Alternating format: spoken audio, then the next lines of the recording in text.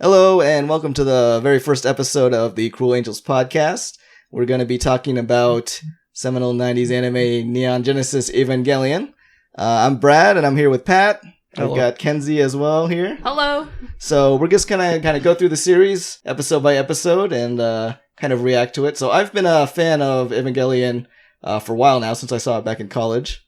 But Pat, you've never seen the show before. Never. I've like seen the characters and very minuscule. I actually didn't know that robot was from this. Right. So you didn't even have even just through osmosis, you didn't even really know, other than there's robots, there's teenagers. Yeah, not a clue. So many people have told me to watch it. I'm like, yeah, sure. Never did. Right. Well, it's been hard to watch for a long time. Even the DVDs I got more than 10 years ago, and that's the last time they were available. So yeah, it's been a while. And Kenzie, is it fair to say you hate the show, or maybe that's not? I don't hate it, but I don't like it. I'm also one of the victims of like, oh yeah, you should watch it, because I went to Massive for Animation. You're a victim of that. I'm a victim of it. I went to Massive for Animation, and there's kind of like a set criteria that animators set for themselves. Like, you have to watch a certain list of things. One of the things recommended me was Neon Genesis Evangelion, and I'm like, okay, I'll watch it. And wow, this hype is a bit much for what this actually is. Right. But that said, there are lots of things you do appreciate. Oh yeah, there's a lot of stuff that I do like about it. I also understand why people like it. It's just, as a personal taste, it's not for me. Right. So this show will hopefully be an interesting conversation, because we'll have a fresh take on it, and then we'll also have, we'll talk about the good things about the show, but we'll also talk about the things that can be frustrating about the show. I also watched the English dub, the original one. When I watched the show, I didn't watch the Japanese dub, so part of my hatred could be, dedicated to the voice actors. The kind of exaggerated American voice acting. Oh, Christ. Because, we've now watched episode 1, and I am not as infuriated as when I first watched it many years ago. Because the children sound like children. Yeah, they actually sound like kids. I'm like, wow, Shinji sounds like he's 14. I also feel like in anime where there's going to be lots of screaming, so like all anime, like no one screams like a Japanese voice actor. Like, you know what I mean? Yeah. No, totally. That kind of like in your throat, like you can like that thing like like Goku does. Like you can't really replicate that in any other language, You can't. And if you are able to, you're very talented. All right, so I guess we should just jump right in then with the very first episode.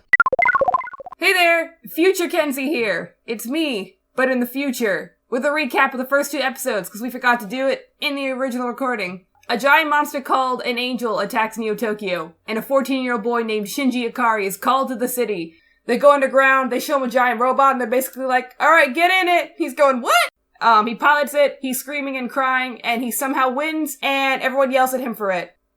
Now back to the podcast. Pat, what was your initial impressions, I guess, of that? Of the first episode? Yeah. Like, was a lot of like me personally being confused, but I understand that that's sort of the direction that the show is supposed to be going in.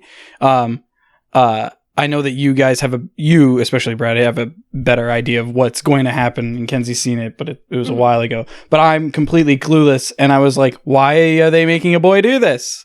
Why doesn't he want to do this? Right. Oh, now he does, and everyone didn't actually believe in this working, so why was he there in the first place? Yeah, I think the impression I got this time when I watched it, because actually it's been a while since I've seen the show, is what struck me is that how no one really knew what was going on, including, in other words, obviously Shinji's the reference character here who's thrown into this thing, he doesn't know what's going on, but even the adults who are like egging him on, they'll be like, you can do this, and then the minute something happens, they'll be like, oh wow, that actually worked the way, or a lot of times they would be like, well, that's not possible. I didn't know that could happen, Yeah. So it's funny that, like, even as they're trying to be like, you really need to do this, Shinji, like, it's clear that they're kind of winging it, too, for the first time. Yeah. I was just confused on how much confusion there was. Like, all the characters on screen were as confused as I was. Right. And that was very off-putting at first. Like, how much they hid, how confused they were at a given time. This is why, one of the reasons why I kind of hate it is it's this like multi-million-dollar project that the head is one dude. It's one guy, Shinji's dad. We're going to call him Ikari because I actually don't know what his first name is. Gendo. I guess now I know what his call first him name Father. is. Father Ikari is one guy given all this power to run this project, and he doesn't tell any of his dudes what's going on. He's like, okay, here's my son, he's gonna pilot the thing. Have I spoken to him in years? No. Well, I think it's even more than that, because when later in the episode when Misato takes Shinji up to the hill and she sees the city like going underground and rising up again, she was like, the city was built to protect against angels.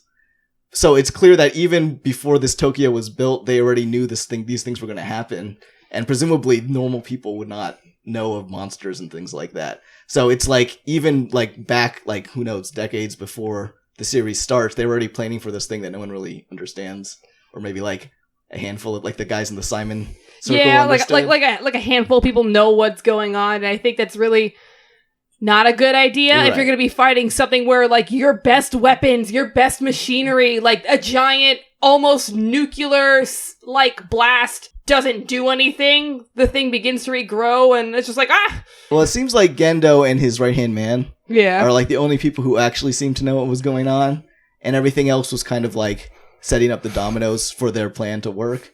So like, I imagine like in the beginning, so when the episode starts, it's kind of just like in the middle of like a standard like Godzilla kind of movie, really. Like there's the military guy shooting the tanks, dropping the things. I imagine those people are completely in the dark, right? There's no way those guys knew that there was even going to be a giant robot. Oh, I think they knew. I think because like, so the first angel attack happened 15 years ago in the year 2000.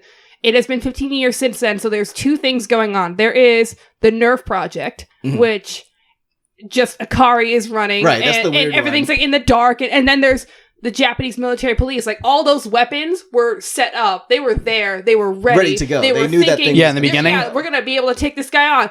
It didn't do anything. What? Yeah. It's an ATV field. Ah. Well, like two things. One, we should mention that we're talking about the first two episodes, because I'm pretty sure Oh, yeah, you our did conversation's going to mention, bleed the back and second forth. episode already. Oh, was that where the city came up? Yeah. Yeah, which it's like fine, because like you said, like they're kind of like Yeah, the first That's a good way to episodes start. definitely read as like one continuous Full. story, yeah. yeah. But the other thing is like I really enjoyed like how it started. Like you see that there's like a ton of destruction, so like stuff's been going on for a while. Yeah, I think Um, it starts like, it's like you see the city underwater. Right? Yeah, and You then see there's this a lot thing of those. swimming through it. Yeah, and then the line of like the artillery tank sort of things.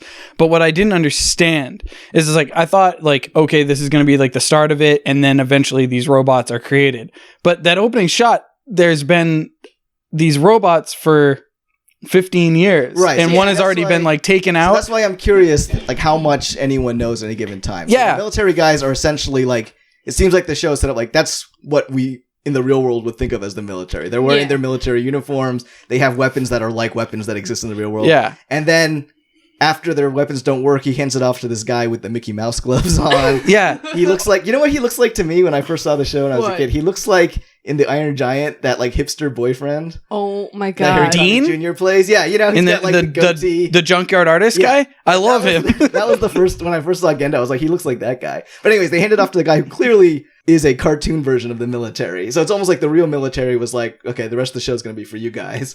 Yeah, And then it takes over into a fantasy robot land. So the question is, like, in those 15 years of prep, I have my read on it is that the cartoon world, the Nerve world, was going on kind of like in secret. behind the scenes, Right, sort of. right. And on the surface was the normal military. And then once the monster showed up, they're like, okay, time for the normal military to go away. Now it's time for the robot Yeah. fighting. Because I really enjoyed the idea of it being like, we did all we could. All right, your turn.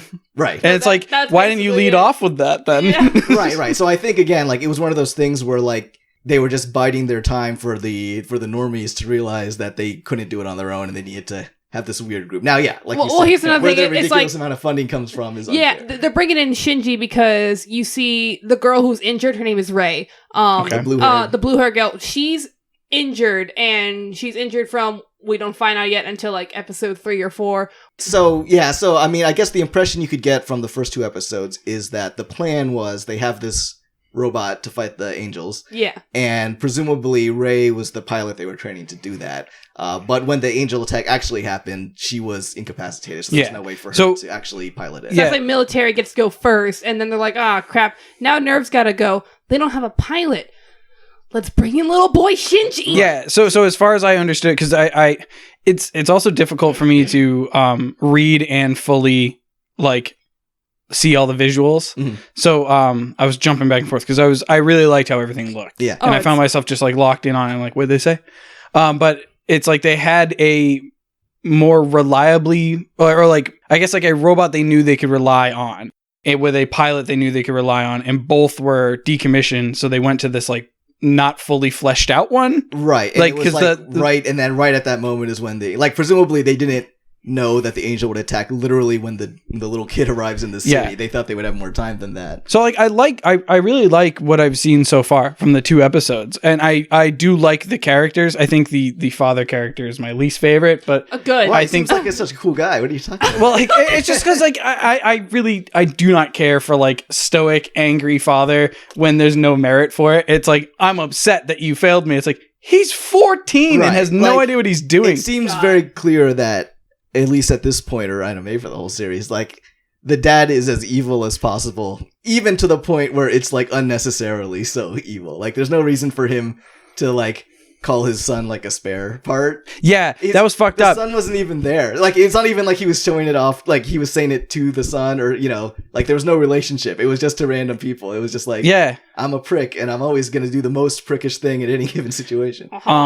I really liked the format of the second episode of it. Like, Oh, the structure where it started. you see it fight, and then all of a sudden he wakes up, and then as the episode goes, you see like the flashback of what had happened, and Right. sort of the construction of like the city on how it protects people.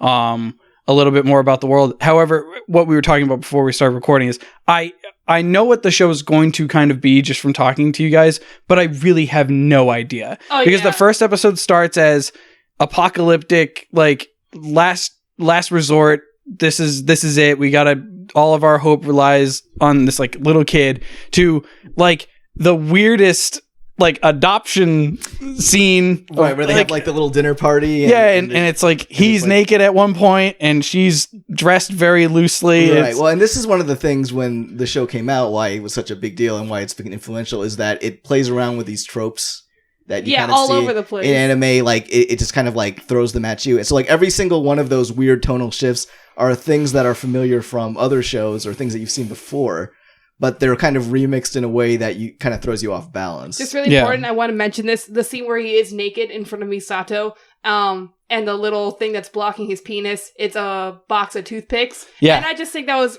really well put together. and really important, as you said. That was very important. That was important. Very important. Like the composition shots, like they think of everything, whether it's like comedic effect, dramatic effect. So one more thing I wanted to mention is in episode 1 when they're going up the elevator and Misato and what's the scientist's name again? Oh, Ritsuko? Ritsuko, The yeah. blonde. They're talking, they're like, oh, Ava Unit 1 is like has like a 0.00001% chance of awakening, and Shinji's just busy focusing reading the Yeah, notebook. he wasn't you even see listening. a giant hand in Yes, the background yeah. just floating there, just panning. Like if you were just focused on what they were saying and like reading subtitles, you wouldn't have noticed it. You would have been like Shinji. But if you were looking at the background, you're just like, Shinji, just look up.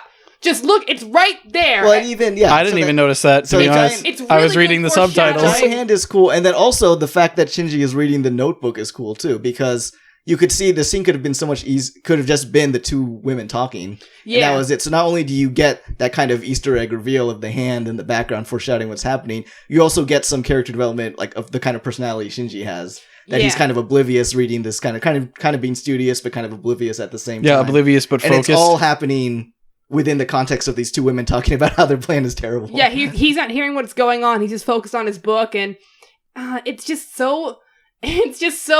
such a good shot, and it's just one simple scene. Like nothing is really moving at all, and it's a lot of like, I want to say like show don't tell, which is really important in animation to me, where you see and show what's going on without people just like pointing the finger and telling you what it Yeah. is. Yeah, I hate any storytelling that is very hand-holding, where like they in your face like tell you the relationship between every character, what their name is, kind of a bit of their personality, but it's so like ham-fisted.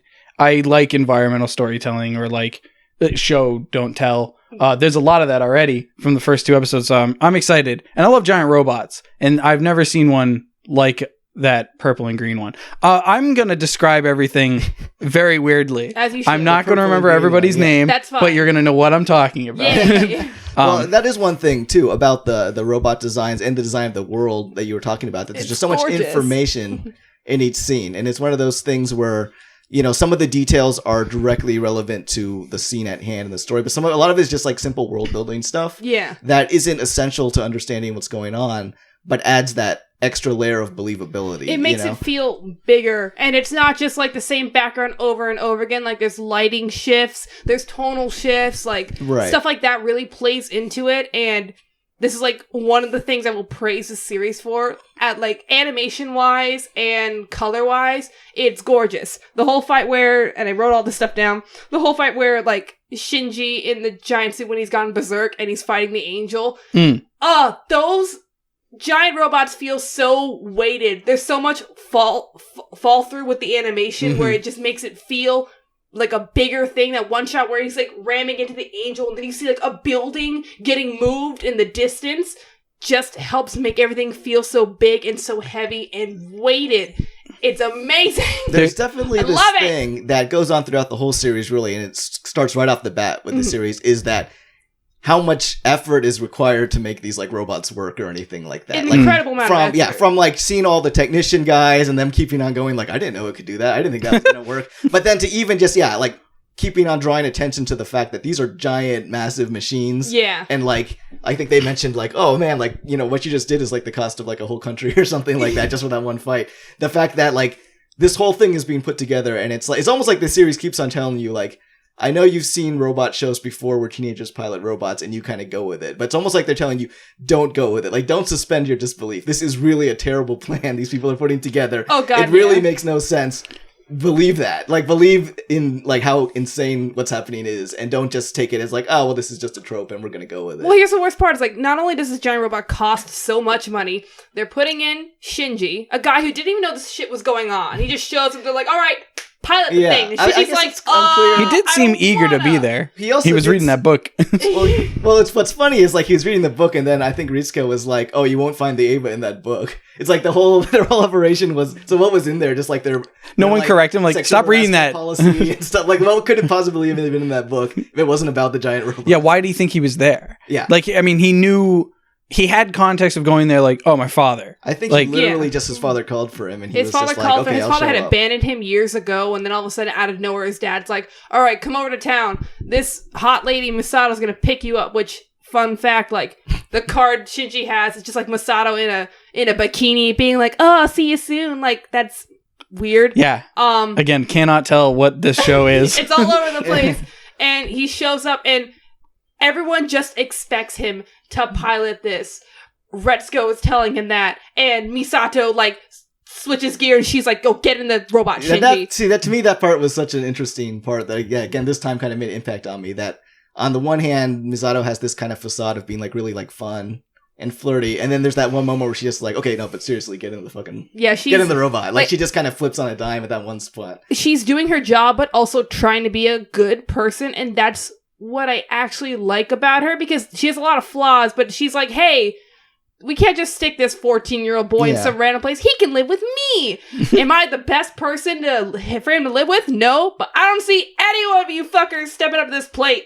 Well, and it's probably one of the things I'll say throughout this podcast as we go, but one of the things I think Misato, maybe more than any other character, maybe the only character, if I feel like she's the only character in this series that's allowed to be more than one thing. Yeah. Like, she can be, like, really like a hard ass at work, but then she can be like kind of weird and like flighty like in her personal life, and she can, those things kind of synthesize together, like they're not contradictory things, whereas the other characters, and maybe it's just because they're teenagers, they're really like one thing and that's their thing and they're that thing, and maybe that's like a heightened version of reality, but it's kind of interesting that like as an adult it's almost like she's lived long enough to have multiple facets to herself. Yeah. Whereas the other people are a little bit more surface level. Like what you see is what you get. One thing that I wanted to say when you brought up the weight thing, I actually wanted to say that I've never seen something conveyed as giant that wasn't slow moving. Every time I see mechs in something, be it live action or animated, it's always these like exaggerated slow movements to imply like this thing's big, so it probably is really hard to move, so it moves slow.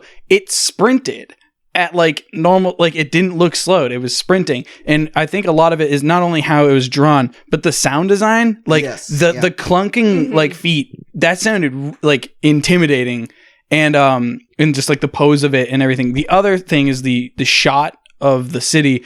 There were like these really nice gradients to show like almost like the buildings as tombstones in like this big field, and then they're like literally like staring at each other and like a title fight, like a boxing title Like a fight. standoff kind of Yeah, thing. it felt like a standoff, and then they went at it, and I really appreciated the brutality on both sides. Mhm. Like I like that.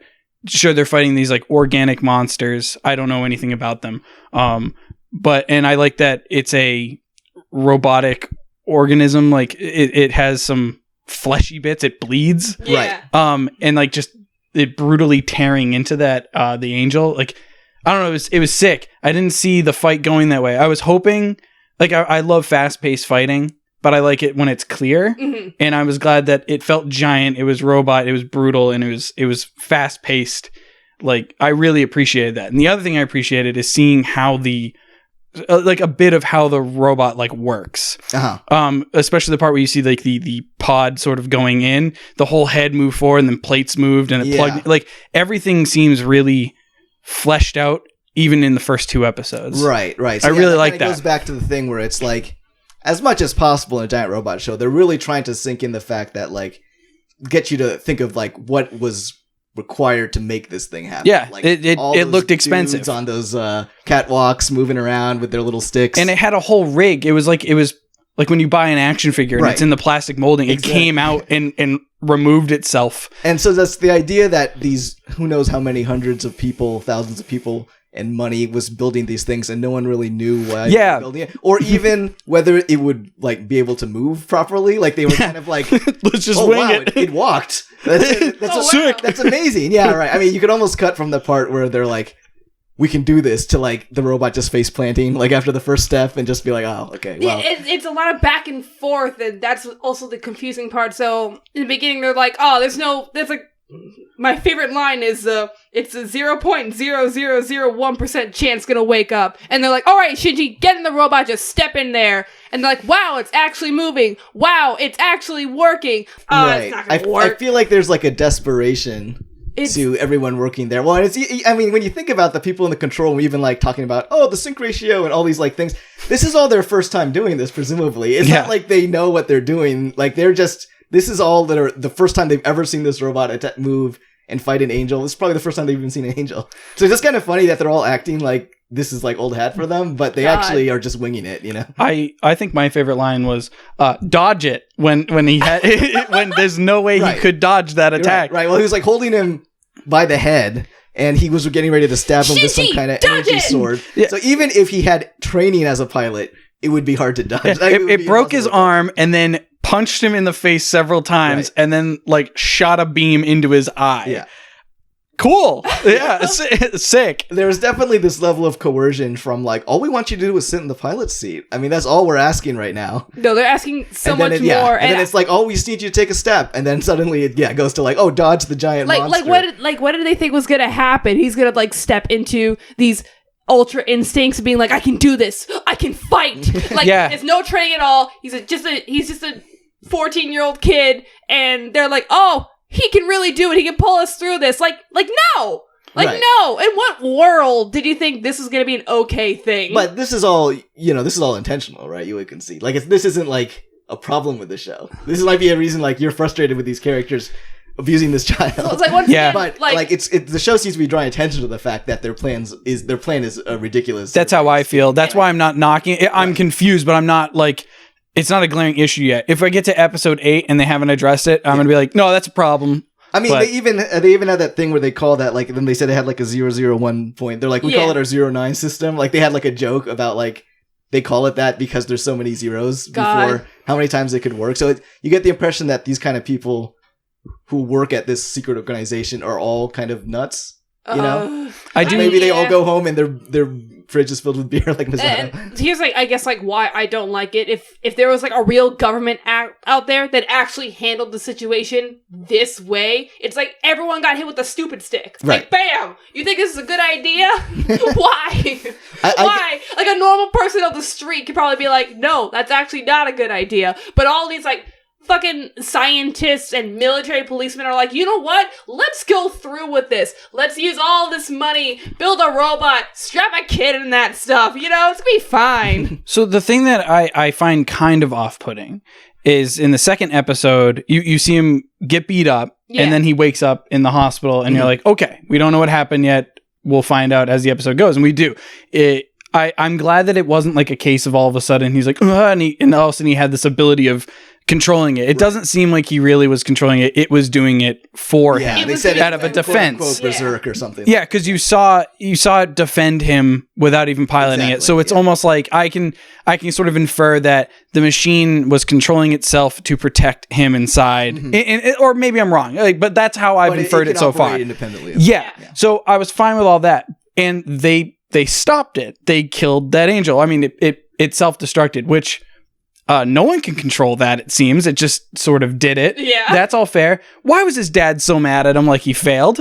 He did the best. That was the best case scenario. There are scenes where it's like, just in case you didn't realize his dad was a total prick, here's another reason why his dad's a prick that has nothing to do with the other reasons why his dad was a prick. Like, his dad was already a prick for expecting all this stuff out of his son for no reason, and abandoning him for who knows how long. Didn't you see the flashback with Shinji crying and there's just like a suitcase Well, I next also to like him, how his like as a shirt was kid? his shirt was torn. Like, what caused his shirt to be ripped? Oh, like Was that? it torn or was it too big? I didn't notice that. I got the impression that his collar was like stretched out, Wrung? like he was grabbed or something like that. That was my impression. I got. It's just like, I get it. They're trying to really hammer it in that this guy's a dick, but it's like you can be disappointed that he succeeded in a less like it's maybe they were just trying to like imply to us that maybe it didn't get done because we didn't learn yet. Because you see at the end of the episode that he succeeded. Yeah. Or, there was a success to a degree. Maybe it was to like mislead us. But at the same time, it's like, well, now that you know and you look back on it, it's like, why were you... This is the best case scenario. I don't know if his dad was necessarily... I mean, his dad's always angry. But I don't know if it was meant to be his dad was particularly, especially angry at him. It's more like there was just... Like, they were trying to show there was literally zero relationship. Yeah, there's indifference I get that between too. them. Although, to be fair, even if there was zero relationship, you'd think you would, like, if you never met that guy, you'd be like, hey, good job, buddy. Like, good job, pilot that I've never Wow, met none of us before. believed in you. Yeah, right. We all lied to your face a minute There ago. was this one line that I wrote down that I thought was kind of funny because when he first shows up and his dad is like, you need to pilot this giant robot. And he says, why me? And the dad said, because no one else can. So in a normal show, that would be kind of inspiring. Encouraging. Yeah, but it's more like my dad no, believes in literally, me. We tried everyone. You're the last. No one else. You're can do cannon it. fodder. Yeah. It also seemed like a ploy with I'm not familiar with the characters' names, but when they wheel in the one who is Ray. injured, Yeah. like she definitely was like whatever it takes. Like when you hear on that radio, like she's alive, so she can fight. And she was like, There definitely she was has some like stagecraft there because that's let's not wheel even in how you would load her in the thing. We know it goes in the back. Yeah. So it's kind of like, let's look at this beat up girl. That's when I realized when he goes in through that like weird pill, like it's like, oh, that was totally like guilt trip him when he sees this injured there's girl. a lot of that. And then again with the Misato thing, there was definitely some good cop, bad cop kind of going on. Where like, not that she doesn't care for Shinji, but part of it was definitely an angle to get him. She's still got to do her job. The city's in danger, and he's the only one who can do it. Now, here's my question. If he's the only one who can pilot it, why didn't they bring him into the program sooner? I'm guessing... Like, they knew... Right. Like, So my Shinji's dad knew he was the only guy who could pilot it. Why not have your son with you the whole time to train? Because anime. That's not a good reason. I think like if you want to say the in-universe reason, other than just like it's a plot contrivance, obviously, so that like everything is like happening at the same time. Yeah, you would say that they probably couldn't predict exactly when the first angel attack would be. Okay, but like so it attacked. They were probably prepping it for him. Right. Eventually, it's just last resort. Got to do it now. At the worst time possible, which was when the previous pilot was out of commission, and then. Who knows if they called him because the angel was about to arrive, or they just called him for that reason, and then the angel arrived when he first arrived. All right, I guess that's fair. That said, but like course, at the same time, Ray has had like she's been a part of the program. Right. She's already been working with them. Right. Why the hell isn't Shinji working with them if he's the only one who can pilot Unit 1? I'm operating on the premise that all the people in Nerve are like insane. That they all have some sort of either actual... But they're smart! Like, they made this giant robot! That doesn't matter.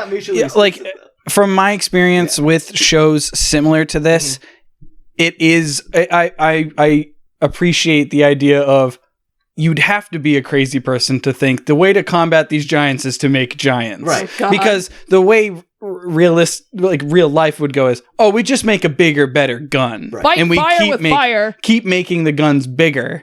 And the idea of a city sinking into the ground is very cool. It shows like an innovation, but you'd have to be an insane person to think, oh, just make something as big to fight it hand to hand. But that's fine. Like I'm a huge fan of that because I like how wildly absurd it is. And again, I think the show takes little moments to show you, like, yeah, we know it's crazy. Like, this is as crazy. We are aware of how crazy this premise is. I feel like the show acknowledges that. I can't describe how much crazier it gets because we're only at 2 episodes, but like it gets crazier. Does it? It does. Oh wow! Oh God! It's like a collective of stupidity, like a massive collective of stupidity, and I guess desperation because of these angels and stuff like that. I mean, to me, one of the intriguing things about the show is that it never seems like they're gonna succeed. Like, it does. There's no sense, like any sense of hope that the characters have. Like I said, you can cut from like, we're gonna do this to like the face plant. Yeah. It's just immediately undercut by like, oh wait, no, they're not. This is terrible. How could this possibly work? Like, in other words, every time they fail, it seems like, well, how else could it have happened? And anytime they succeed, it's like, well, that was lucky. I like when they were in the hangar trying to prep him to like, you're gonna have to do this, and he's like, I can't do it. It cuts to all of like the mechanics and like pit crew, and they're all like, are we working? What are we doing?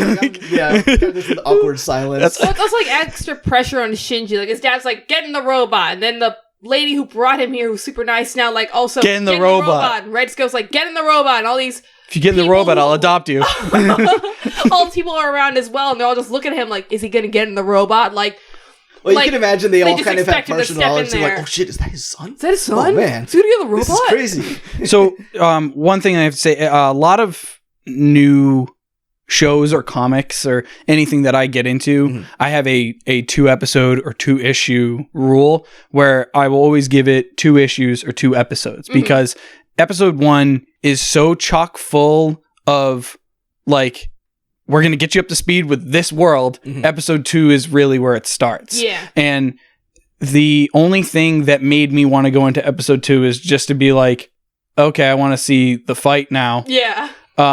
But then episode 2 ends with, like, you see that there's an organic face to this like thing. A weird little blubbery. The animation of that was sick, by the way. Like, it kind of rolls around. The skin spreads, then the eye, like, the gummy works of the eye open, and then the eye rolls it's that kind and of, stares at him. It's that kind of, like, visceral grossness that you kind of can just imagine how it would like feel like if you like touched it. Yeah, but what I found that was incredible, because I'm super getting into animating and I'm like studying all this, like how to do things to be more engaging. As mechanical as they showed earlier, like the head moves, then the plates move, and then the thing gets inserted, and how it lifts out, like that's all considered. But they even considered organically, like it could have just simply opened up and then focused on him, but there was an opening, a spreading, like it almost looks slimy, and then the eye roll. So now I'm like really interested in like, what is this thing really? How far are they going to go with this? Well, and then the teaser for the next episode is high school drama, and I'm even more confused. Well, and that's like another like good like they do like the tension building for the next episode really well. So like the first episode is you get the world building, then you're like, it ends like, oh, they're gonna do the fight. And as you're saying, you want to see the fight. Then you see the fight. You get that payoff. And you think like, all right, I saw the fight. But then you see what happens at the end of the fight. You see Shinji looking at the robot. You see the organic material inside what is supposed to be just a machine. Just robots. And that's like another intrigue. Like, what do you mean there's like something tortured. Organic in there? Like it regenerated and stuff like that? Like, there's another level, and that brings you into it more, because you know that the Ava's a giant robot, but do you really know what the Ava is? Yeah, because now after the second episode, I have a genuine curiosity of, oh, where's the show going? Exactly. I want to know more about these characters. Like, I'm interested to see, like, without knowing where episode 3's going from that little, like, high school thing. Like, I still can't get my head around what There's the hell. There's robots in the rest of the show. Oh, God. Like, here's the thing.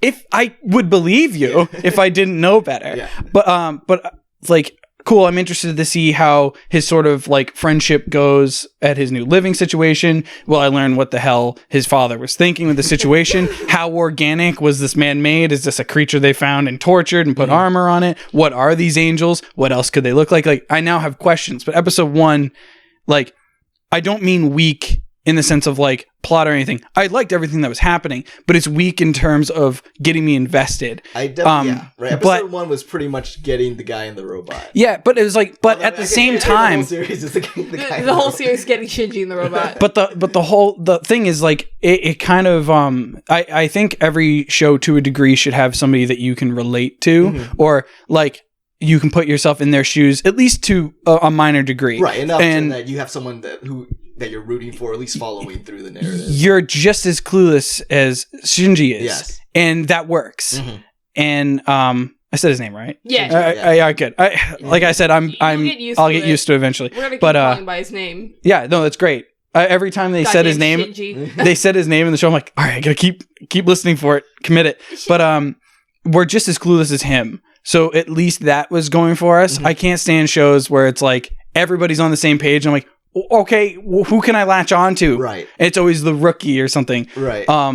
Yeah, I'm excited to see where it goes. I'm confused as hell in a good way. So here's something kind of talking about that character thing. We can kind of go into that. So obviously Shinji's the reference character in these first 2 episodes in terms of he's the one fish out of water. He didn't even know the city had buildings that went underground. And stuff. He's like, what the heck is Nerve? He definitely didn't know. Well, he didn't know what Nerve was. He didn't know what his father was doing. He didn't just even gone. know that. Where does he live if he didn't know the city could go underground? He was outside in the country, or so. He said he was living with his teacher. But he was close enough to be attacked. But my point is, he knew less than probably the average citizen of that city. Yeah, and then he ended up in the robot. But what I found interesting that I noticed was that multiple times you're given Misato's inner thoughts. Yeah. Which I don't think you get from any other character in the show. Good point. You get them from Shinji near the second episode when when he wakes up and he's like, oh, this is an unfamiliar ceiling. That's true. But it's not jarring because he's the only character there. Exactly. And for Misato, it's one of those things where she'll say something and then you'll see her thought in her head like, oh, I'm leaning on too thick. Like, are they those car payments or something? Are they joint main characters then? I think in a way they are, but I think again it's kind of going back to that thing where they're cluing you in. They're telling you what to look for, right? So if Misato didn't have those inner things, you might read her as a very surface level character. Oh, she's the ditzy, fun fan service character. But all they need to do is have like one line in the middle of her drunken thing where she's like, "Oh, I'm probably being too transparent here," and suddenly you're like, "Okay, I'm supposed to be watching her." For that, I'm supposed to be seen. Is this just an act she's putting on? You know, I think that's kind of a brilliant way. Like they didn't really need to do anything besides add that one inner line, and now it's like now you're onto her. So like as you were latching onto Shinji, my biggest concern with the show is like I almost hate everybody in the show that I can find almost no one to latch onto. But now that I'm like rewatching it, I found myself latching onto Misato because you get her inner thoughts and because right now she seems like a more rounded character than most of these people. She also seems kind in a certain way. Well, even if you know part of it's an act. The fact it's almost like even the fact that she knows how to act kind, even if it's not totally genuine, is like a step above most of the characters. I don't even think it's too much of an act. Like she has to pick up this 14-year-old boy and she's like, I wonder what I'm doing this for. And then right then and there, she finds out Shinji's the pilot. And she's like, oh. And then she goes into work mode. She wasn't even... She was just there to pick him up. Yeah, she goes into work mode. And then when she's out of work mode, she's like, what do you mean this kid isn't going to live with his dad? Yeah. What do you mean he's going to be by himself? I guess I'm going to step up to the plate. And she's not a perfect person. She's very flawed.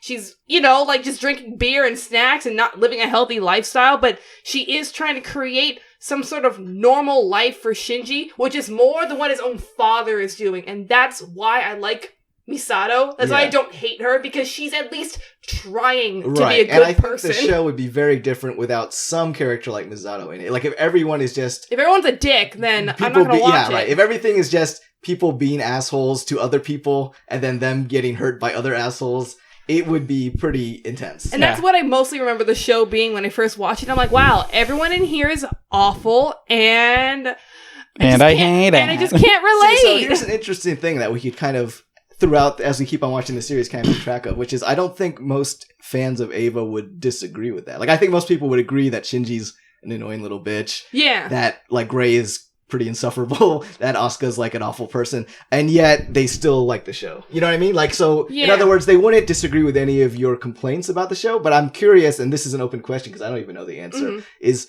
so what makes people like the show so much? You know, it's undeniable that this is like a super beloved, influential show. Yeah. So there's something that makes it work for people. So like I said, for me, I don't like watching a show where everyone's an asshole and just bad things are happening the whole time. Like, I want the feel-good moments. Like, in this show, they even managed to make some of the feel-good moments feel sour, like, later on. Like, you worked so hard, and you just dunked on it. You just dunked on it. And we already kind of saw that with, like, he succeeded, and yet, like, still is a failure. Yeah, and that's gonna be an ongoing trend.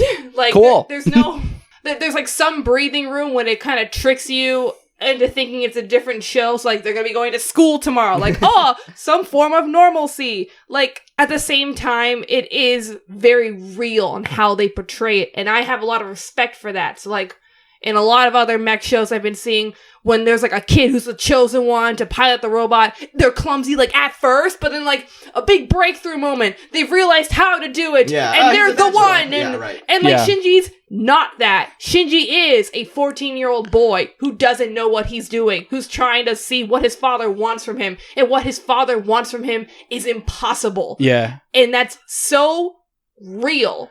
And I can respect that, and I can understand it, and I like it in, like, the short term, but Shinji as a character dragging on through the series, I don't like him. Yeah. I didn't see him as whiny yet. I'd be in the same exact shoes as him of, like, why me? I don't want to do this. Also, why didn't anyone tell him it was going to fill with liquid? I've been thinking about that. Like, he thought he was going to drown, and it's like, oh yeah, that fills up. We didn't know. It's like one of those things where, like, they just got him in the robot. If they told him he was going to, like, think he's going to drown, that might have been enough for him to just breathe it in. You're good. Yeah. But I don't find him as whiny yet. Yeah. I do see, like, everyone is an asshole. I don't know her name, but the woman that comes in the elevator after scuba diving, she was just a bitch. Right. And it's like, she's like, oh, you're late. It's like, yeah, there are bombs going off in the street, and I had to pick this kid up. My car is trash. It's like, thanks. What do you mean I'm late? I think I'm on time for showing up at all. Yeah.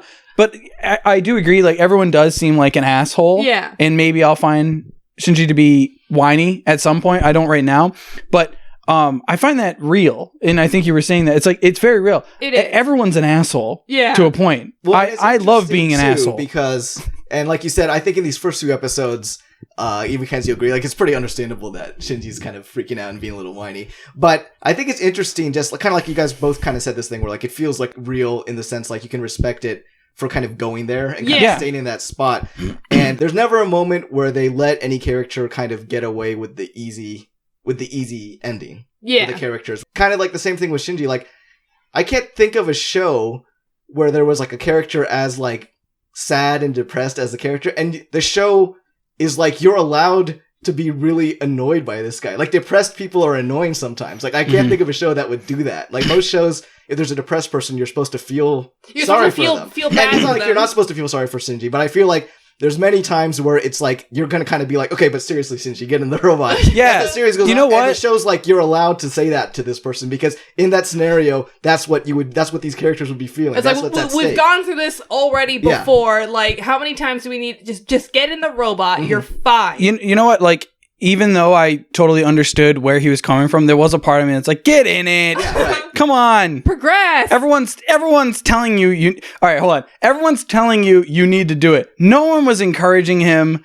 like, you can do it. Yeah, right. We believe in you. They're like, get in it. Why? You're literally just get in. Just get in. You just gotta step in. Yeah, I just like, why should I get in it? Because get in it. It's like, right. I'm very stingy with what animes I watch.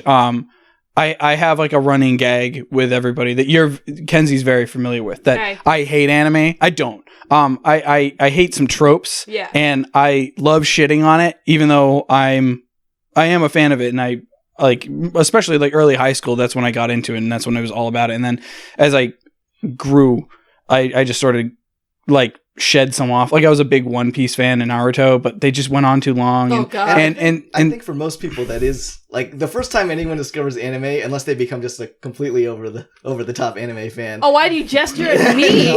because he's absolutely right. Listen. There's like this period where you're like, oh my god, this is the greatest art form of all time. Yeah. And then you realize, oh wait, no. Kenzie's weeb trash. Wow. Hey, listen here. I've also reached that point where I have I'm kidding. shed some stuff. Yeah. So when I grew up watching Inuyasha. I watched the heck out of that. It was amazing. And then as I exposed myself to more and more anime, and then I read Inuyasha the manga. I actually went and read the manga. And I'm like, wow, things are moving fast. The timing is nice. What's going on? Oh wait, everything I watched was filler garbage. Yeah. Then I started to notice that in other shows. That's what I was going to get at. Naruto. It's a formula. It's a formula. I like Dragon Ball's the worst. Oh god. So, all right, well, I'm not saying you're wrong, but I grew up watching it, so there's always that nostalgia part. Oh, yeah. Maybe that's what you're having with Evangelion. But I don't know where my heart's going to lie with it yet. Mm-hmm. I like the art style. I like how things are already shaping up, so I might like it. But my end all be all favorite is Cowboy Bebop because there's these realish characters. They're all kind of assholes. They're not necessarily friends. They're doing a job, and most of the time they fail or they just scrape by. And I'm getting vibes from that in this. That it's there's some stakes, but it's like your heroes are not going to succeed in the stereotypical way that an anime would go. Yeah. And I'm also not a fan of over the top emoting of characters where heads get big or veins pop or that super the blood out the nose, sometimes it's fine to a degree, but I feel like that's something they really lean into nowadays with a lot of mainstream stuff. It also depends on what show you're watching, what tone they're trying to represent. So if it suddenly goes into those over exaggerated animations and it's completely the wrong tone for the show, then you're just ugh, what happened? Well, I also say, and you could say more than us because you're obviously more versed in these things. Trash. But at some point, anime, especially the current crop, is very much commenting on itself. It's become this kind of thing where the characters in the animes are often actually otaku people themselves, and it's just kind of this vicious thing where they're speaking in otaku tropes. Oh yeah, there have been a lot of popular shows that have come up where there's one girl trying to find love, and she's a huge major otaku. Oh, I know what it's called. It's called Kiss Him Not Me. She's super into boys love and yaoi and shit like that. Right. And these and then one day she loses a crap ton of weight and she's gorgeous. Now all these guys are going after her, but she's just really into pairing them up with each other. And it's weird how they started representing it like that, but right, so what I'm saying is even these shows they're commenting on themselves. Right, even before the fantastical elements get entered the show, they go to another dimension where they're in a video game or something like that. Thankfully that didn't happen. The characters themselves are already kind of weird heightened versions of anime tropes because they're characters who act as if they are consumers of anime. Yeah. Whereas I feel like the shows that maybe we were watching in the 90s, there was an attempt to ground things. Yeah. A certain kind of lived in. Yeah, and this feels grounded. Yes. And one other thing that really helped me feel this is a living universe, it's more than just robots fighting monsters sort of thing, is when you see her apartment. Yeah. And there's the storage for the food. It's it's semi-futuristic-y, yet I understood its purpose. The refrigerator was a only beer can sized refrigerator that came out, and I was oh, that's sick. It shows that there's been progression to technology or a specific arc of technology. Right. Blade Runner technology, it's you can see the arc of what story they're trying to tell, and you can see it in the sort of designs of the helicopters and the tanks. They all have a semi-rigidity to it. There's some curved edges, but they feel blocky. They feel massive. You can almost actually understand what the current graphic design trends of this futuristic world are. Very 90s futuristic, which I personally love. That's kind of what drew me into a lot of the anime that I like, is this sort of 90s version of what the far future, the Cowboy Bebop, the Evangelion, the freaking what is it? I forget the name. Scarlett Johansson movie that just came out. Ghost in the Shell. Ghost in the Shell. Sorry, the anime though. Yeah. I blanked on it. There's a design and flow to it that isn't over explained. it's just there, and it sort of makes me feel like this is normal. The penguin's like room, it's like a sliding door. We didn't even talk about the penguin. Right. Pen, the penguin. What even happened? It's almost like I feel like almost he was thrown in as a gag just to make that scene even more confusing. Like, in other words, it's like, yeah, it worked. And it's like, okay, so first I go to a city, and I've never apparently seen a city before. Yeah, wow, then, a building. And then monsters and giant robots exist. I pilot one. Now I've seen everything, you know what I mean? And then it's like, okay, but now also there's a penguin. There's a red-haired mohawk penguin that loves heat. You don't understand. He's the fun animal mascot.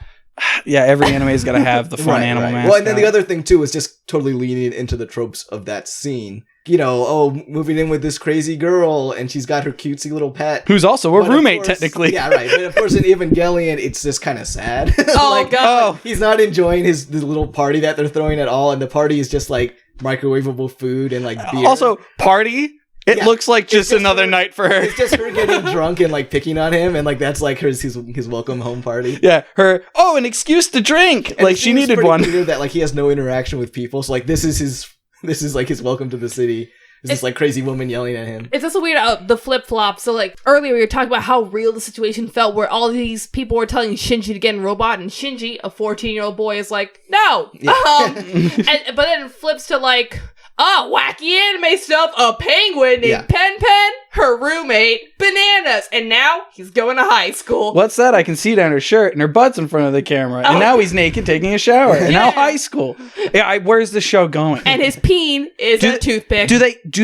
Do they fight more? Yeah. Is there more robots? More. Oh, there's also all these stellar angel designs later on. Like, I'm excited for that because they let off with a good one. None of them are like copy creation of each other. Like a lot of them, they're very unique. Yeah, right. That is an intriguing part of the show. And that's the best part, I think. Does it? Don't actually answer this, but I foresee it being like, an even stronger one. Oh, that one's stronger. Please tell me they look different, but they're all unique. Not necessarily like that one's stronger than the last one. No, they're pretty varied in terms of like each one is like a different conceptualization of it's not so much one. So it's never like a power level situation. No, not really. It's not one that one is stronger than the other. It's like you have to beat it, but in a different way. That's cool. They have their own mechanics. So it's like bosses in a video game, like a Mega Man. So like this one was almost the most straightforward because it's like you literally just have to fight it. You rip its ribs out, and then it wants to blow itself up. So it'll progress in interesting ways. Thing. And I think one of the things that Kenzie could agree was in terms of the creature designs. Oh, it's bananas. The mecha designs, the world designs. It's top notch. There's a reason these things are so iconic. Like, here's the one thing that why I wanted to be a part of this podcast, because even though I don't like the show, I like a lot of what the show has. For example, the Ava designs are sick. That purple and green is hot. Yeah, I love it. It gets so skinny at the waist. Like I just think it looks so cool. Like you said, like I've never seen a robot like that. Robots, it's almost like they're just like big tanks, right? Yeah. And then this one is so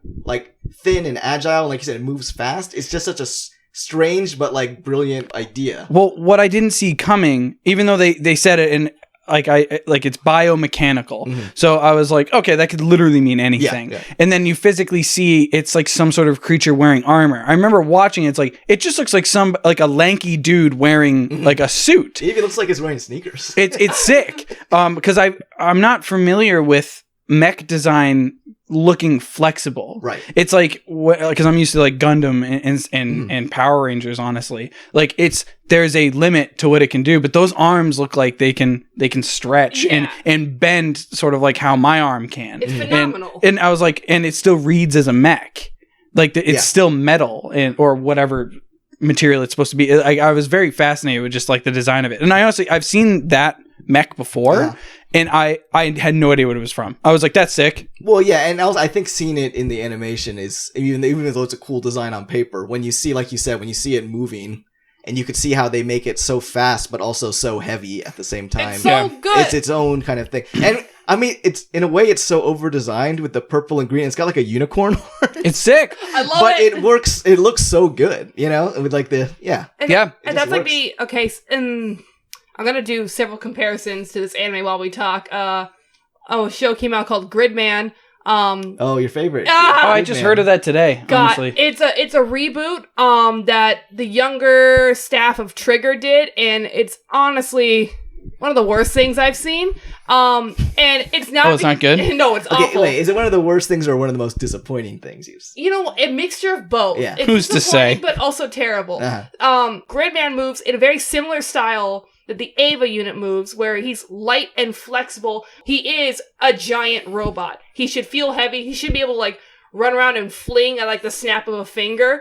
But he does, and it looks awkward as opposed to the design of the Ava unit, which we all agree is cool. It looks lanky. It looks like it can stretch. It looks like it can move agile while still feeling huge. There's an interesting thing that I just thought of right now. I'm learning sculpting in Maya, and the lessons start with you're going to learn how to do machines, and then you're going to learn how to do organic. It's weird that the Ava robot is both, and my brain accepts it. As well. I know it's just a cartoon, but like my brain accepts that this is a robot made of metal that can move like an organic texture or tissue or something like that. Like it's weird. It's very good design. Yeah. And I didn't know that mouth was gonna open. Well, and then there's also parts like when the angel first grabs it, it just like squeezes its arm till it breaks its wrist. I was like, what is happening? And you're not even, I mean, you're questioning it like, whoa, I didn't think that was going to happen. But you're not questioning like, how do you break a robot's arm? You're just like, okay, I get it. Well, it all goes It's back. It all goes back to the phenomenal animation, like the time Yes. and effort of how they had to figure out not only the design but to make it move properly. You can have an amazing design, but if you can't make it move, it's gonna look like garbage. But they grasped it. They got it in their hand. They're just like, yes, we have it. And that's why it was so easy for you to accept it like that, because the time and effort it took in order to make it look like that. It's so I can't. It's Also, just so good. The way that the angel creature moves, it moved in a very sort of like possessed, so like almost like it's just a thing that's moving strictly with purpose. Yeah. And the way like it's approaching something that I assume it's never seen before. Yeah. These robots and just instinctively like, oh, I'll just grab it by the arm and break this and punch it in the face. Like the fight did not go the way I thought it would at all. I knew at some points like this thing's gotta have to die. Right. Like, and this robot's gonna be the one that kill it. Like obviously that, but the idea of like the fight starting with like, fuck this thing and just beats the hell out of it. Yeah. I didn't Yeah, see the that blood coming. was like shooting out of the head. Yeah, Like, I was like, okay, the thing can bleed, and it fired out like a cannon, and then it immediately cuts to everybody like in the NASA like control room, and all these like lights are turning off and dimming, and plugs unplugging. All the danger of Like, oh, wow. Digital plugs unplugging. I'm like, oh, this didn't go well. Who would have seen this coming? Digital plugs unplugging. Yeah, that's what it showed on the orange screen with the black plugs. I know, just like that sentence. I also love like when it's like he took a step forward and they're all like, yeah, and then he stumbled. Oh. well, it's like their level of confidence goes from 0 to 100 and 0 again. Yeah. Like it's not like, oh, okay, not bad. It's just kind of like, oh my god, we got this. Angel's defeated. Whoa, okay, we're gonna win. He's fucked. Yeah, I don't know. I really like it. I enjoy not knowing where it's going, but I'm also confused by where it is going. I think I'll like it, but I'm just waiting to meet more characters. Yeah. Because what's her name? The orange-haired one? Asuka. She's the only character I actually knew from it. I didn't know there was a boy in the show. I thought she was the main character. Whoa. Yeah. Well, I literally what I was saying to you were here. I have all the Asuka stuff. Well, yeah. So I'm only familiar because I see pictures of her. I didn't know that she's related to the show with the big purple and green robot. Yeah. And all I had for a point of reference is literally what I've seen of that robot, what I've heard from my friends, and the one animation cell that I framed for you that one time. Yeah. That's all I had for the show. So to not even see her in the first 2 episodes, the one character that I feel like a lot of people, do they associate her with the show? I would say the 2 females. So Rey, obviously. I mean, she's wearing all red. She stands out. Yes, she right, does. right. And so, yeah, that moment when she arrives, I think is a turning point in the show. But it'll probably happen later than you think it's going to happen. Yeah. Really? But Rey and Asuka are kind of like the 2 kind of icons of the show. Obviously, you've seen Rey, although not really. She's just been bandaged up and things like that. Yeah. She's been like decommissioned. Yeah, but I would say those 2 characters are the kind of icons of the show. That's and interesting. Shinji, despite the fact he's the protagonist, well, obviously no one wants to buy a miniature statue of that guy, right? I want the girl. Yeah, exactly. Give me the girl. Yeah, right. It's sick. I'm excited to see where it goes. I'm excited to see some of the robot designs because I've seen the figures that you own, and it's like I can't wait to see how they move and how they're piloted or whatever. It'll be amazing. Will it? Yeah, it will. Wow, that's coming from the character on this podcast that hates it. Okay, listen. Once again, I don't like it, but as an It's got merit. animator, visually, it's outstanding. Like, it's gorgeous. I get you. I'm messing with you. Okay. I'm going to do that a lot. Oh no. All right, guys. Closing thoughts. Do you have any closing thoughts, Kenzie? I enjoy the Japanese sub a lot more than the dub. I thought you would. What I am also excited about is like when we're done watching this, Netflix is gonna have their own English dub release. Yeah, that will be. Is it going to be redubbed, like gonna new be voices? redubbed. That's what I've heard. Yeah. So I'm curious. I'd be curious. me I would too. even be curious as a complete dork to see how even the subtitled version, how they translate things. Yeah. Because apparently there's all sorts of controversies in terms of, you're never going to be able to do a direct translation of meaning from Yeah, one language to obviously, another. yeah. So some of those things, especially later on when things get really hot and heavy, Yeah, Effie. where people will be like, people online are always debating, oh, what does that line mean? Or What that does it kind of thing. mean? It'll What's be the deeper interesting. meaning? There is none. But another problem that I have with it is like a lot of the voice acting. It's not great. It's like 90s voice acting. It's very much that like first crop of anime coming over where it was like, yeah, it was like a small team of people. and no hate on like the voice actors. Like I know they did their best, but it's a mixture of like the voices not quite fitting with the characters, and also like the not direct translation Yeah. that caused a lot of liberties, problems. You were literally saying like, oh, he actually sounds like a boy. I have no point of reference, but like, Oh. yeah, he does sound like a 14-year-old I can kid. give you a reference. He does not sound like a 14-year-old kid. I He was sound like a cool. 20-something-year-old man. Yeah. But 20-something-year-old protagonist. A 27-year-old man with a very high-pitched voice. I couldn't possibly do this. Ah! Kinda. Oh, okay. Oh, jeez. Like, Oh, no. almost like like Morty Morty. from Rick and Morty. Oh, Rick, I don't know. Kind of like that. Yeah. That's awful. Where am I? Well, my closing thoughts is I am excited to see, as I've said about 1,000 times, I'm excited to see where it goes, but I'm also curious to watch it in English, just for another point of reference, just the first 2 episodes, maybe just the first one, just to get a grip, because I do want to continue watching it first time in Japanese with the subtitles. Like, I think that's fair. It's probably the best way to watch it. There's only like one anime that I'm never gonna watch in the original Japanese language, and it's Cowboy Bebop, because Okay. I honestly, it's in your but your like childhood is- they're so perfect. They are the pretty good. the voices are job. insanely perfect. it just kind of works for that show in a way. I mean, certain shows can adapt to another language better than other shows. For me, And- it's Death Note. I think they have a very strong dub with that Oh, really? one. I've never watched it. Oh my god! I'm supposed to with Lexi No, at I some mean, point. I've Guys. seen Death Note. I just haven't seen the dub of it. Oh, you should Oh, see the hold dub of it. Hold on. We need to finish this series I know, first, I and then know, we I'm can. sorry. But no, and then we can jump Like, to I other actually shows. like that show. Okay. Yeah, but if this podcast is good, it's longevity because there's only so many episodes. Oh yeah, that's right. There's another show we could go on Here's the to. thing, there's a lot of episodes, and then there's a movie, and then there's a bunch of other movies. Like we can go on forever. Oh hell, sick! I'm for it. I don't give a shit. Yeah. Forever, and then we can watch the supplemental, the things related to it, Oh god. Oh, and then the like fanfics. Shin Godzilla. Oh, do we get to read the fan fictions? You get to read them. You can tell me. Let's all pick a character. character. You read get their permission? lines. I guess my closing thoughts will just be, even though I am a big fan of the show, I actually haven't watched the series through.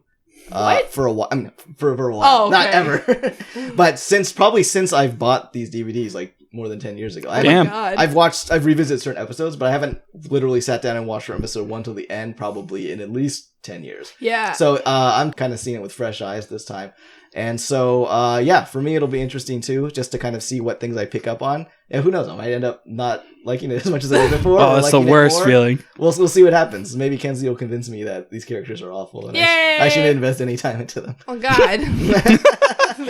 I'm not Or feeling that maybe yet. Kenzie will be convinced. I might have a change of heart because I saw this 5 or 6 years ago. So when I you've was- actually seen it more recently than I have. Yeah, but like, the difference between like 10 and 6 years of watching a show isn't that long as Right. opposed to like me watching it last year and you watching it 10 years ago. Yes. Like, I watch a lot, so this thing could just be completely fuzzy to me by now.